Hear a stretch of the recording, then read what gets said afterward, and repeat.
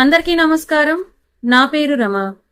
Friends, ముందుగా మీ అందరికీ ఒక చిన్న ఇన్ఫర్మేషన్ ఇవ్వాలనుకుంటున్నాను. చాలా మంది కథా మాధుర్యాలపై దేవి ఛానల్లో వీడియోస్ ఎందుకు అప్లోడ్ చేయడం లేదని అడుగుతున్నారు. తనకి హెల్త్ కొంచెం ప్రాబ్లంగా ఉందండి. అదే కాకుండా తన ఛానల్లో చిన్న టెక్నికల్ ఇష్యూ వచ్చింది. సో దానివల్ల తను వీడియోస్ అయితే అప్లోడ్ చేయడం లేదు.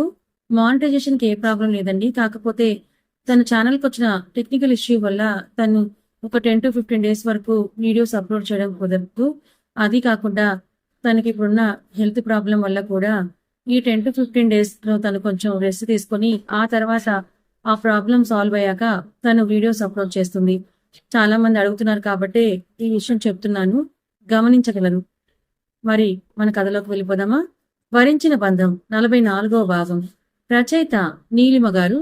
ఫ్రెండ్స్, కథ చదవడం స్టార్ట్ చేసిన వెంటనే వీడియోకి ఒక లైక్ చేయండి, హైప్ చేయండి. అలాగే స్టోరీ ఎలా అనిపించిందో కామెంట్ కూడా చేయండి. How dare you! అసలు పెళ్లి చేసుకోకూడదు అనుకున్నా నన్ను ప్రేమలో పడేస్తావా? నీ ప్రేమలో పడేయడమే కాకుండా నీ మాయలో ముంచి నన్ను లేవకుండా చేసి పెళ్లి కూడా చేసేసుకుని నన్ను ఈ బంధంలో ఇరికించేశావని అంటూ దిండుతో ప్రణవి భుజం మీద ఒకటి కొడతాడు. ఏంటి, నేను మిమ్మల్ని మాయ చేశానా? అంటే మీ మీద వసప్రయోగాలు ఏమైనా చేశాననుకుంటున్నారా అని కళ్ళు పెద్దవి చేసి అడుగుతున్నా ప్రణవి మాటలకు అడ్డుకుంటూ, అబ్బాయి ఏదో ఫ్లోలో మామూలుగా అన్నాను, ఊరికినే కొట్టుకుంటుంటే ఏం బాగుంటుందని అంటాడు.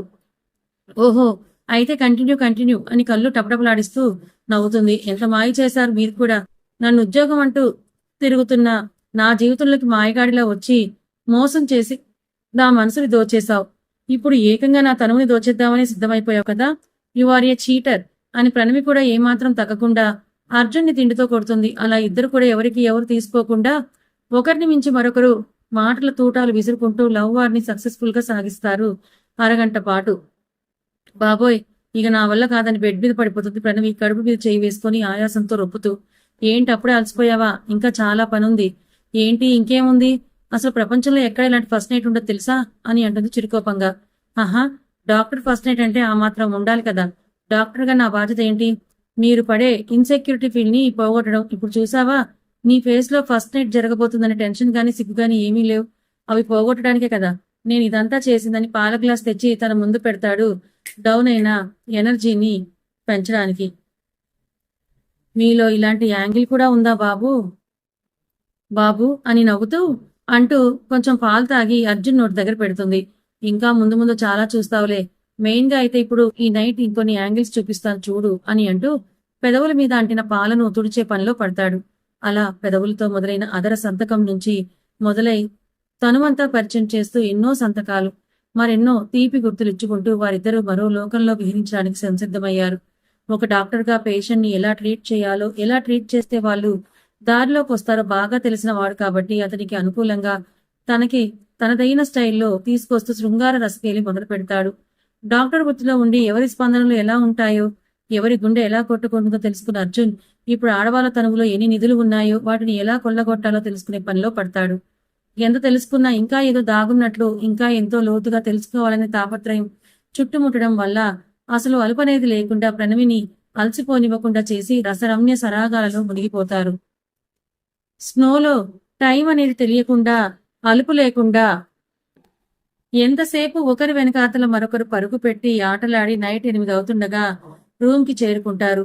రూమ్ లో అడుగు పెట్టేసరికి ఏదో స్మెల్ తన ముక్కుకి తాకుతుంది. అనుమానంగా రూమ్ మొత్తం పరిశీలించి చూసినా ఎటువంటి డిఫరెన్స్ లేకపోవడంతో ఏమోలే అని అనుకుంటుంది సాక్షి. కానీ కరణ్ ని కూడా అడగలేదు. ఏమైంది సాక్షి, ఇక్కడే ఉండిపోయావు అని అడుగుతాడు. గుమ్మం దగ్గర ఉండిపోయిన సాక్షి వైపే చూసి, ఏం లేదు, మీరు ఫ్రెష్ అయ్యారండి, నేను ఈ లోపు అత్తయ్య వాళ్ళతో మాట్లాడతానని అంటుంది. అలాంటిదేం లేదు, ఇప్పుడు ఇద్దరం కలిసే ఫ్రెష్ అవుదాం. అయినా ఇక్కడికి వచ్చాక కూడా వాళ్ళతో మాట్లాడకపోతే వాళ్ళు ఏం అనుకోర్లే అని అంటూ సాక్షి చేయి పట్టుకొని లాగుతాడు. బాబు మహాప్రభు, ఇప్పుడు మీరు ఇలాంటివి స్టార్ట్ చేస్తే మనం బయటకు వచ్చేసరికి రేపు తెల్లారిపోతుంది కాబట్టి అలాంటివేం లేకుండా బుద్ధిగా వెళ్ళి మీరు ఫ్రెష్ అయ్యండి అని అంటుంది చిరుకోపంగా. బుద్ధిగా ఉంటానికా ఇక్కడ వరకు వచ్చింది అని అంటున్న కరణ్ మాటలను లెక్క చేయకుండా వీపు మీద 2 చేతులు పెట్టి ముందుకు నెడుతుంది సాక్షి. రాక్షసి, ఇప్పటికి వదిలేస్తున్నా కానీ రేపు మాత్రం అస్సలు వదలను. రేపు మార్నింగ్ నుంచి ఈవినింగ్ వరకు సదా నీ సేవలో నేను ఉంటా. కాదనడానికి నీకు రైట్స్ లేవు, బీ రెడీ అని చిన్న సైజు వార్నింగ్ ఇచ్చేసి నవ్వుకుంటూ ఫ్రెష్ అవడానికి వెళ్ళిపోతాడు. ఇప్పటి వరకు ఈయనలో ఉన్న సాఫ్ట్ యాంగిల్ చూపించారు. ఇప్పుడు మన్మధుడిలా ఈయన రొమాన్స్ చూపిస్తున్నారుగా అని మనసులోనే నవ్వుకుంటూ వాళ్ళ ఇంట్లో వాళ్ళకి ఫోన్ చేస్తుంది. అప్పుడే డిన్నర్ చేసి హాల్లో కూర్చొని కబుర్లు చెప్పుకుంటున్న తులసి గారు ఫోన్ తీసి, నూరేళ్లు వీళ్ళ గురించే మాట్లాడుకుంటున్నాం, అంతలోనే ఫోన్ చేశారని అంటూ లిఫ్ట్ చేస్తారు. ఏంటి కోడల పిల్ల, 2 రోజులైంది, మమ్మల్ని మర్చిపోయావా ఏంటి, అసలు ఫోనే చేయలేదు అని చిరుకోపంగా అడుగుతారు తులసి గారు. సారీ అత్తయ్య, మీ అబ్బాయి నాకు ఆ ఛాన్స్ ఎక్కడిచ్చారు అని అంటుంది సాక్షి. ఆ మాటకు తులసి గారు ఆనంద్ గారు ముసిముసిగా నవ్వుకుంటుంటే, అంటే మా అన్నయ్య అంత అల్లరి చేస్తున్నారా వదినా అని అంటుంది ఆద్య అల్లరిగా. మరి నువ్వు తట్టుకోలేకపోతున్నావా ఏంటి అని అల్లరిగా కన్నుగీటుతో అడుగుతుంది. చిచ్చి ఏంటా మాటలు, చిన్నపిల్లవి, ఇవన్నీ నీకెందుకని చిరుకోపంగా తులసి గారు కసిరేసరికి, అబ్బో మీ కోడలు చెప్తే లేదు గాని నేను అడిగితే వచ్చేసిందా, నీకు పుల్లు, నేను నా వదిన ఫ్రెండ్స్ లా ఉన్నామని, సరేలే నేను వెళ్ళిపోతున్నా, మీరే మాట్లాడుకోండి అని అంటూ ఆద్య ఫోన్ మా చేతిలో పెట్టేసి పైకి వెళ్ళిపోతుంది. ఏంటి కోడలి పిల్ల, మా అబ్బాయి నిన్ను అంత కష్టపెడుతున్నాడా అని తులసి గారు నవ్వుతూ అడిగేసరికి, అబ్బా అత్తయ్య, నేను అన్నది అలా కాదు, మీరు ఎలా అర్థం చేసుకున్నారో ఏంటో, అమ్మ వాళ్ళ ఇంటికి తీసుకుని వెళ్లారు, అక్కడ నాకు తెలియకుండా కొన్ని పనులు చేశారు, సడన్ గా కొన్ని నిజాలు తెలిసేసరికి షాక్ లో ఉండిపోయాను, అసలు నా బ్రెయిన్ పనిచేయలేదు, అలాంటి టైంలో తీసుకొచ్చి హనీమూన్ అని చెప్పి ఇక్కడ సర్ప్రైజ్ చేస్తే తట్టుకోవడం కష్టం కదా నాకు, నా చిట్టి బ్రెయిన్ ని ఎంత కష్టపెట్టానో తెలుసా, ఇవన్నీ మైండ్ రిజిస్టర్ చేసుకోవడానికి అని చిన్నపిల్లలు పేరెంట్స్ దగ్గర కంప్లైంట్ చేస్తున్నట్లుగా సాక్షి అంటుంది. హహా, అయితే ఆ బ్రెయిన్ కి రెస్ట్ ఇవ్వమని నా కొడుక్కి బాగా చెప్పు, ఆ రెస్ట్ ఎలా ఉండాలంటే మేమెవరం కూడా నీకు గుర్తు రాకూడదు, అది ఎలా అనేది నువ్వే ఆలోచించుకో అని నవ్వుతూ అంటారు తులసి గారు. ఆవిడ ఏ మీనింగ్ తో ఆ మాటను చెప్పారో సాక్షికి తెలియలేనంత చిన్నపిల్ల ఏమీ కాదు కదా.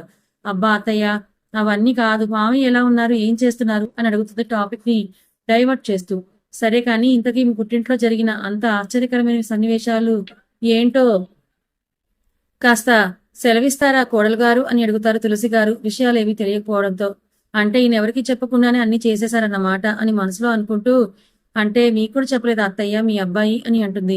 నాకెందుకు చెప్తారమ్మా, ఇప్పుడు భార్యలు వచ్చారు, అన్ని విషయాలు చెప్తారు, భార్య కొంగు పట్టుకొని తిరుగుతారు, ఊరికే అనలేదు పెద్దలు, పెళ్లికి ముందు బెల్లం, పెళ్లి తర్వాత అల్లం అంట, అలాగే ఎలాంటి కొడుకైనా సరే పెళ్లి ముందు వరకే అమ్మ చెప్పిన మాట వింటాడు, పెళ్లి తర్వాత భార్య చెప్పిన మాట వింటూ భార్య అడుగుజాడలో నడుస్తారని అంటుంటే, ఆనంద్ గారు మనసులో మాత్రం కోడల్ని బాగా ఆడుకుంటోంది కదా అని అనుకుంటారు. బాబోయ్ అత్తయ్య, నేను ఎప్పుడైనా అలా ప్రవర్తించానా, అయినా మీ అబ్బాయికి ఎప్పుడు మీరంటే ఇష్టం, మీ అబ్బాయి మైండ్ లో ఫస్ట్ ప్రిఫరెన్స్ మీకే ఉంటుంది, మీరేం భయపడాల్సిన పని లేదు అని అంటుంది కాన్ఫిడెంట్ గా.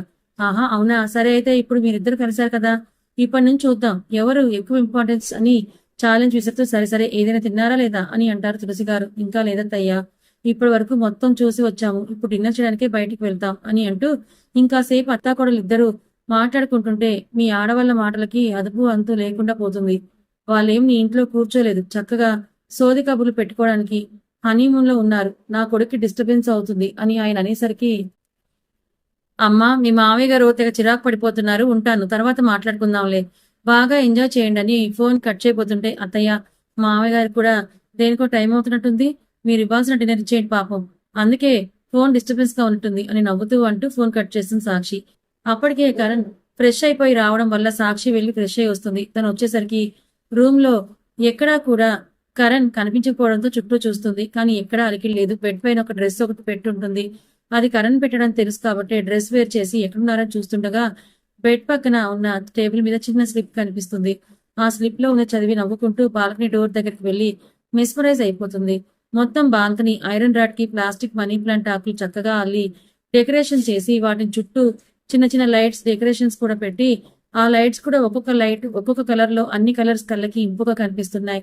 హనీమూన్ కపుల్స్ కాబట్టి వాళ్ళు ఇక్కడైనా ఎంజాయ్ చేస్తారు కదా అని బాల్కనీ నుంచి చూస్తే, వీళ్ళు బయట వాళ్ళని చూసే అవకాశం ఉన్నా బయట వాళ్ళు వాళ్ళని చూసే అవకాశం లేకుండా చక్కగా అమర్చబడిన గ్లాస్ డోర్స్ అవన్నీ వేసేసి వాటికి అందమైన ఆకర్షణీయంగా ఉన్న తెరలు కట్టేసి ఉన్నాయి. కింద మొత్తం కూడా గ్రీన్ కార్పెట్, దాని మీద రెడ్ కలర్ రోజ్ పెటల్స్ తో నిండిపోయి ఉంది. ఒక సైడ్ క్యాండిల్ లైట్ డిన్నర్ ఏర్పాటు చేస్తే మరొక సైడ్ అందంగా పువ్వులతో నిండిపోయి ఉన్న బెడ్ దర్శనమిస్తుంది. వాటన్నిటినీ ఆశ్చర్యంగా చూస్తూ కరణ్ కోసం వెతికేసరికి ఎక్కడా కనిపించకపోవడంతో ఎక్కడున్నారని ఆలోచిస్తూ ఉండిపోయిన తనకి ఏదో గుర్తుకొచ్చేసరికి ఆటోమేటిక్ గా తన కళ్ళు పెద్దవి అయిపోతాయి. అక్కడున్న అరేంజ్మెంట్స్ అన్ని చూసి మెస్మరైజ్ అవుతూ, ఈయన రోజు రోజుకి చాలా రొమాంటిక్ గా మారిపోతున్నారు కదా, అసలు ఎక్కడ తగ్గడం లేదు, ఇప్పటి వరకు ఫ్రెండ్ క్యారెక్టర్ లో నా మనసుని దోచుకున్న ఆయన ఇప్పుడు మన్మధుడు లెవెల్లో నా తనువును దోచేసుకొని నాతో బాగా ఆడుకుంటున్నారు అని మనసులోనే ముద్దుగా తిట్టుకుంటూ ఎక్కడికి వెళ్లారని ఆలోచిస్తున్న తనకు ఒక విషయం గుర్తుకొస్తుంది. ఇదిగో సాక్షి, ఇప్పుడే చెప్తున్నా. ఇది ఇంటిమేషన్ అనుకో, వార్నింగ్ అనుకో, నాకు సంబంధమే లేదు. ఈ రోజు నైట్ మాత్రం నువ్వే లీడ్ తీసుకోవాలి. నేనేం చేయను, జస్ట్ కూర్చుంటానంతే. అలా ఉన్న నాకు నీ ప్రతి మూమెంట్ లో నీ టచ్ తో ఫీలింగ్స్ రప్పించాలి. తర్వాత కూడా నువ్వే లీడ్ తీసుకొని మొత్తం చెయ్యాలి. ఇప్పుడే కదా ఇద్దరం ఎంజాయ్ చేసేదని చిన్నగా గుసగుసగా ఉదయం కరణ్ చెప్పిన మాటలు గుర్తుకొచ్చి తన కళ్ళను పెద్దగా చేస్తుంది. ఈయన చెప్పించేస్తారా ఏంటి? అయ్యి బాబోయ్, అలా అయితే చాలా కష్టం. అయినా నేను అలా ఎలా చేస్తాను? రాను రాను ఈయన ఆశలకి హద్దు లేకుండా పోతుందని తనలో తని అనుకుంటూ లోకం మర్చిపోయిన తన నడుము చుట్టూ 2 చేతులు బిగుసుకుంటాయి. చాలా బాగుంది సర్ప్రైజ్. ఇందాకే రూమ్ లోకి రాగానే నాకు స్మెల్ డిఫరెంట్ గా అనిపించింది. రూమ్ పెర్ఫ్యూమ్ కాకుండా ఇంకేదో అరోమా స్మెల్ వస్తుంటే ఏంటా అని అనుకున్నాను. కానీ ఇక్కడ ఇలా ప్లాన్ చేశారని అసలు ఎక్స్పెక్ట్ చేయలేదని అంటుంది సాక్షి కరణ్ చేతుల మీద తన చేతులు వేసి అతని గుండెలకు తల ఆనించి. నచ్చిందా అని అడుగుతాడు చెవి తమ్మను మీద చిరు ముద్దులు అద్దుతూ. నచ్చిందానా? చాలా చాలా నచ్చింది. ఆరు బయట పండు వెన్నెల్లో చందమామ కనిపించేలా ఈ ఏర్పాట్లు అన్ని చాలా బాగున్నాయి అంటుంది వాటన్నిటిని మురిపెంగా చూస్తూ. నిన్న రాత్రి డిమ్ లైట్ సాక్షిగా ఒకటైన మనం ఈ రోజు ఈ చంద్రమామ సాక్షిగా ఒకటి కాబోతున్నాం. పంచభూతాల సాక్షిగా మనం ఏకం అవ్వాలి. ఒక్కొక్క రోజు ఒక్కొక్కటి ప్లాన్ చేద్దాం, ఏమంటావు అని అంటాడు మత్తుగా తన ప్రెజెన్స్ ని ఫీల్ అవుతూ. ఏంటి పంచభూతాల సాక్షిగా అంటే? మీరు అన్నట్టు డిమ్ లైట్, చందమామ, మూన్ లైట్ ఇలాంటివన్నీ కాదు. పంచభూతాలంటే నింగి, నేల, నీరు, నిప్పు, వీటి సాక్షిగా అని అర్థం. అవన్నీ ఎలా సాధ్యమవుతాయని అడుగుతుంది సాక్షి ఆశ్చర్యంగా చూస్తూ. అఫ్కోర్స్ డియర్, మనసుంటే మార్గం ఉంటుంది. అలాగే మనం ఎక్కడికైనా వెళ్ళే రోజులు వచ్చేస్తాయి. మనం ఏది కోరుకుంటే అది మన ముందు ఉంటుంది. కేవలం మన చేతుల్లో మనీ ఉండాలి. నీకెందుకు శ్రమ? నన్ను ఫాలో అయిపోవడమే కదా నీ డ్యూటీ. సో ఈ రోజు చందమామ సాక్షిగా ఒకటైన తర్వాత రేపటి నుంచి నువ్వు చెప్తున్న వాటి సాక్షిగా కూడా ప్లాన్ చేద్దాం. రా, డిన్నర్ చేద్దామని అంటూ సాక్షి చేయి పట్టుకుని తీసుకెళ్లి అతడే దగ్గరుండి అన్ని వడ్డించి తనకు కొసరి తినిపించి భర్తగా శృంగార రుచిని మాత్రమే కాదు కడుపుని కూడా నింపాలనే అర్థాన్ని తీసుకొస్తాడు అతడి కేరింగ్ తో. Let's start year. గుర్తుంది కదా, నువ్వే లీడ్ తీసుకోవాలి. సో నువ్వే స్టార్ట్ చేయాలని అంటూ హ్యాండ్స్ ఫోల్డ్ చేసుకుని స్టైల్ గా నించొని చూస్తుంది కరణ్ వైపే చిరు కోపంగా చూస్తుంది సాక్షి. పాపం కరణ్ కి చాలా నష్టపడడానికి ప్రయత్నించినా వినకపోవడంతో గట్టిగా ఊపిరి పీల్చుకుని వదిలి తన భర్త దగ్గర తను ఎందుకు సిగ్గుపడటం, నామోషి ఫీల్ అవటం అని అనుకుని, అసలేం గుర్తుకు రాదు నా కన్నుల ముందు నువ్వు ఉండగా, అసలేం తోచదు నాకు ఓ నిమిషం కూడా నిన్ను చూడగా, నీలో ఉంది నా ప్రాణం అది నీకు తెలుసునా అనే పాటని చిన్నగా హమ్ చేస్తూ తను కట్టుకున్న సింగిల్ పళ్ళు చీరపేటను తీసేసి గాల్లో ఎగరేస్తూ కరణ్ చుట్టూ తిరుగుతూ చిన్న చిన్న స్టెప్స్ వేస్తుంది. తన పాటతో మత్తుగా కైపెక్కించే కళ్ళతో అతడి నడుము మీద, భుజాల మీద, ఆర్మ్స్ మీద చిన్న చిన్న టచింగ్స్ ఇస్తూ కరణ్ కోరికను తీర్చడంలో నిమగ్నం అయిపోయింది. తన సిగ్గుని మొత్తం అటకెక్కించి సతి అంత ప్రేమగా తన కోసం పాట పాడుతుంటే ఇష్టంగా చూస్తూ ఆ పాట తన కోసమే పాడుతున్నట్లుగా ఫీల్ అవుతూ ఆ లిరిక్స్ లో భావాలను మనసు నిండుగా నింపుకొని తనతో పాటుగా కరణ్ కూడా చిన్న చిన్న స్టెప్స్ వేస్తాడు. అలా ఇద్దరు కూడా వారికి తెలియకుండానే మోహంతో నిలువెల్లా నిండిపోయి బెడ్ మీదకి చేరిపోయారు. పతి అడిగిన కోరికను స్వీకరించి అతడికి తన వంతు సహకారం అందిస్తూ ఇక్కడ డిసప్పాయింట్ చేయకుండా తన ప్రేమని అందజేసిన సాక్షి ప్రేమకి ఇంకా ఇంకా మురిసిపోతూ ముందు రోజు కన్నా మరింత ప్రేమని శృంగారంలో చూపించడం మొదలు పెడతాడు కరణ్. ఫస్ట్ నైట్ కాబట్టి తనకి కొంచెం కంఫర్ట్ గా ఉండదు అని సాఫ్ట్ గా డీల్ చేసిన కరణ్ ఈ నైట్ మాత్రం ఎక్కడా తగ్గలేదు. తనలోకి చాలా క్లోజ్ గా చేరుతూ స్పీడ్ రైడింగ్ చేస్తూ అతని దాహాన్ని తీర్చుకుంటూ కొంచెం హార్డ్నెస్ ని చూపిస్తాడు. కష్టంలో కూడా ఇష్టాన్ని వెతుక్కోవాలని అతని హార్డ్నెస్ లో కూడా ఆమె మీద ఉన్న అంతులేని ప్రేమని మాత్రమే చూస్తూ ఆనందంగా స్వీకరించి ఆహ్వానిస్తుంది సాక్షి. శ్రీనివాసరావు గారు వెళ్ళిపోయే వరకు ఎదురు చూసిన లక్ష్మి గారు ఆయన ఆఫీస్కి వెళ్ళగానే అలా అవిక రూమ్ లోకి వెళ్తారు. అప్పటికే కూతురు లేచి ఫ్రెష్ అయి బెడ్ మీద కూర్చొని దీర్ఘాలోచనలో ఉంటుంది. అమ్మా అవి, నీతో కొంచెం మాట్లాడాలి అని అంటూ తన ముందు కూర్చుంటారు లక్ష్మి గారు. చెప్పమ్మా. నాకు తెలుసు నువ్వు ఇప్పుడిప్పుడే పెళ్లికి సిద్ధంగా లేవని. కాకపోతే ఎన్నాలని ఇలా ఒంటరిగా ఉంటావు. ఇలా ఒంటరిగా ఉంటే నీకు లేనిపోయిన ఆలోచనలు వస్తాయి. అది కాక నీ గత జ్ఞాపకాలు నీ కళ్ళ ముందు మెదులుతాయి. అదే పెళ్లి చేసుకొని ఒకరింటికి కోడలుగా వెళ్ళాక నువ్వు పూర్తిగా ఆ బంధంలో ముడిపడకపోయినా సరే ఒక కోడలి బాధ్యత నిర్వర్తిస్తూ నీ ఆలోచనలు మార్చుకుంటావని, నీ మనసుని నీ కంట్రోల్లోకి తీసుకొస్తావనే నమ్మకంతో నేను, మీ నాన్న, కరణ్ బాబు ప్రపోజల్ ఒప్పుకున్నాం. మేమెంత చేసినా నువ్వు ఒప్పుకుందే ముందడుగు వెయ్యాలని అనుకోలేదు. కానీ నిన్ను ఎలాగైనా ఒప్పించాలనుకున్నాను. అలా ఒప్పించడానికి ఎంత కష్టపడాలో అని ఆలోచించిన మాకు సడన్ గా నువ్వేం మాట్లాడకుండా ఒప్పుకోవడం అనేదే చాలా ఆశ్చర్యం అనిపించింది. దానికి కారణం ఏంటో తెలుసుకుందామని వచ్చాను. అని అడుగుతారు లక్ష్మి గారు సూటిగా కూతురు కళ్ళలోకి చూస్తూ. అంటే ఏంటమ్మా ఇప్పుడు? నేను ఒప్పుకొని తప్పు చేశానా, ఉప్పు చేశానా అని అడుగుతుంది అవిక. చూడు తల్లి, నువ్వు ఒప్పుకుంటే మాకన్నా ఎక్కువ ఎవరు సంతోషిస్తారు చెప్పు? అలాంటిది నువ్వు ఏ కారణంతో ఒప్పుకున్నావో తెలుసుకోవాలని అనుకుంటున్నాను. ఎందుకంటే ఒక తల్లిగా నీ ఆలోచన ఎలా ఉన్నాయో నాకు తెలియాలి కదా. ఇంతకు ముందు జరిగిన పరిణామాలను బట్టి ఇప్పుడు నీ ఆలోచన ఎలా ఉంటాయో నేను అంచనా వేయలేకపోతున్నానని అంటారు లక్ష్మి గారు. కూతురు తప్పటడుగులు వేస్తుందేమోనన్న భయంతో. కథ ఇంకా ఉంది. మరిప్పుడు అవిక ఏం చెప్తుంది? తన ఈ నిర్ణయం ఎందుకు తీసుకుంది? నిజంగా కరణ్ సాక్షులకి అడ్డు రాకూడదని నిర్ణయం తీసుకుందా, లేక ఇంకేదైనా కారణం ఉందా? మరి అవిక ఈ పెళ్లికి ఒప్పుకోవడానికి గల కారణం ఏంటని మీరు అనుకుంటున్నారు? గెస్ట్ చేసి కమెంట్ చేయండి. కథ నచ్చితే లైక్ చేయండి, మరి కొంతమందికి షేర్ చేయండి. ఇలాంటి మరిన్ని మంచి కథల కోసం ఛానల్ని సబ్స్క్రైబ్ చేసుకోండి. Thank you so much.